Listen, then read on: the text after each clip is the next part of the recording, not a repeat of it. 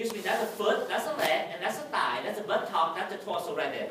And then your arm, and then your forearm. Look at your hand. A big area of your brain also dedicated to your arm as well. Excuse me, your hand, and then the tongue sit right here.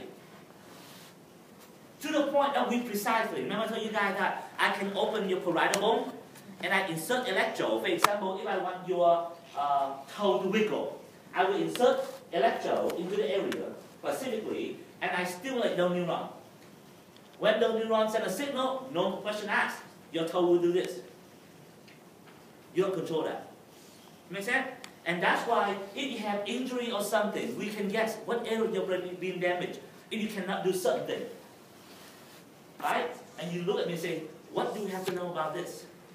The area. Think about, remember this, there is a person lying on your brain with the foot stick into the longitudinal fissure without a head. Can you see that? And then the most lateral area of your brain on either side, okay, is your face right here. Can you see that? You can, come on. You do this, right? Here's the leg. Okay, here's the foot, the thigh, and here is the body. Here's the arm, and here's the hand, and here is the face. Can you see that? Almost like a body lying down like this without a head, and then you know the face occupies the most lateral part. So I can see, you know, in the motor. Remember, this is only area we find out the neuron control the motor of those areas. Only motor. Are you clear? Okay, good. That's why you guys do this. That's why your face is everything. Right? Let's talk about sensory later.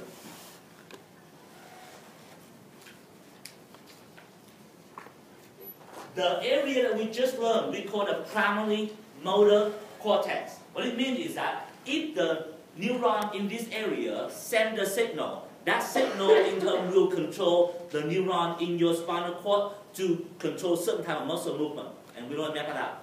That's it. However, you know, as a human, we are much complicated than that. Right? When the neuron sends signal, the muscles contract, and certain muscles contract, that's it. But if I want to pick up that cup right there, right? If I control the muscle randomly, you see my hand like this. Because the muscle contract with no control at all. It contracts, right? It produces movement. But there is no precise movement at all. What you may not know is, I see the cup right there, and I try to reach out and grab that cup. In my brain, all the movement have already planned ahead. Okay, how much I extend my arm, how far I go, and how much I grab that cup. You see that?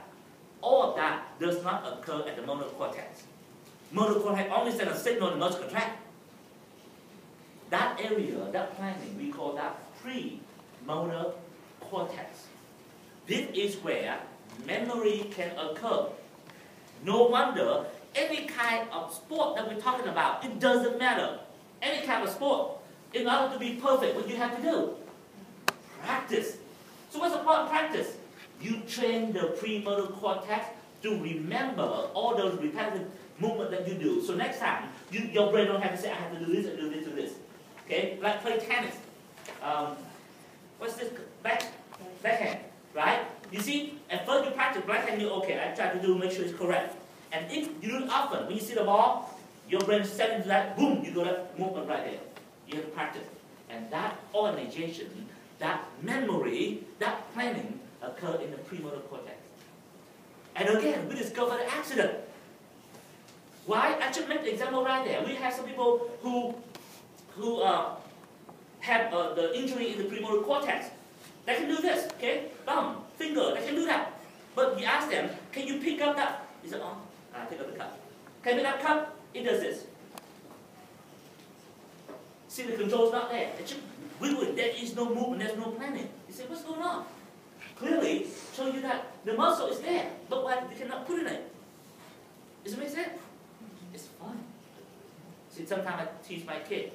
Sometimes they're clumsy, they spill things, and they knock out things. They say, what's wrong with your premotor cortex? And look at me and say, what did you say, Dad? I love you. Okay? But can you see the difference? Right? So on the test, I can make something up. Let's say that if I am destroy your primary motor cortex, specifically at I don't know, the area that controls your leg, right? Primary motor cortex. When you expect the result, you cannot move your leg. That's simple, right? Because that neuron control the leg movement. They doesn't function, you won't control them. But what difference if I destroy the premotor cortex that control that area? The answer is you can move your leg, but now you cannot walk easily. You can control what movement you plan. You may fall. You may kick something you're not intended to. Does that make sense? Okay, good. Now we go to the next one. So next time, if you are a mom or the dad and you coaching the little league or something like that, and you always say, do it, good for you. Next time say, let's go and practice your premotor cortex. Or activate your premotor cortex. Sounds much more romantic. Broca area. Broca is a very famous early neuroscientist. When he mapped out the brain and tried to find out which area of the brain developed for what area, okay, he named them by number. He called them Broca number 1, Broca number 2, 3, 4, 5, up until 25. Okay? And that's why sometimes you hear people say Broca area. But the more we know about the function, the more we have a function aside each of them, rather than we call them Broca area number 42. Okay? However, one area that they do not change the name because he's famous for this, we call it Broca area. This area located on the anterior and lateral to your premotor cortex. You remember the picture before? Okay, locate right here. Right there. That's the Broca area right there. Okay? Now, what's so famous about that? Okay? This is where commonly, in terms of the function, commonly located on the left side, as I just mentioned you guys in my example, this is where the motor control of your speech and your tongue. And we mentioned that speech and tongue. We can make sound. The sound came out of your voice box, and that's it. You say ah, I, all that. And then your tongue together with your mouth muscle together, we shape them into language. Okay? They work together. Because they're all muscle, therefore, they're controlled by this area.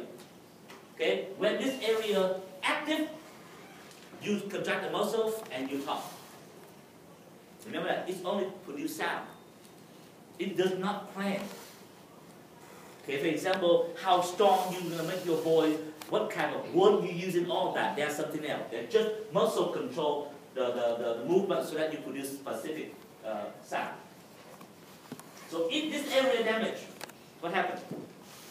Can you talk? Can you talk normally? The answer is no. You can make sound like, I, but if you have a hard time to put them together. Okay? I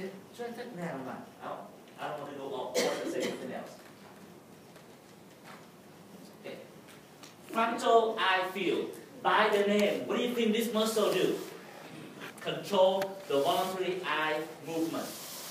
Okay. This is the area that sends the signal to control the cranial nerve number 3, 4, and 6. Remember that? When you say, oh, look up and down, this is the area that controls specifically the eye movement. Is that easy? We are done with a motor area. One more time. Okay, when you study, that's how you should remember. There are 3 functional areas in your cortex. They are 3 functional areas: motor, sensory, and association or associated. Are you with me? Right now we learn motor. What's mean motor? This is the area that contains the neuron that control your movement. Okay, that include your body movement, your face movement, and so on. Within the motor area, we have 4 major regions. Primary motor cortex, premotor cortex,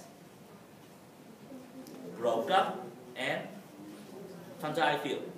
You see, I can detect if I damage my left frontal eye field. Okay, what effect you expect to see? Okay, make sure, yes, when you talk about the brain, you better pay attention. Left or right. If you destroy the left side, you cannot control the right side eye movement. And vice versa, they're contralateral. Okay? Good? Well, we find out the same thing is true for sensory.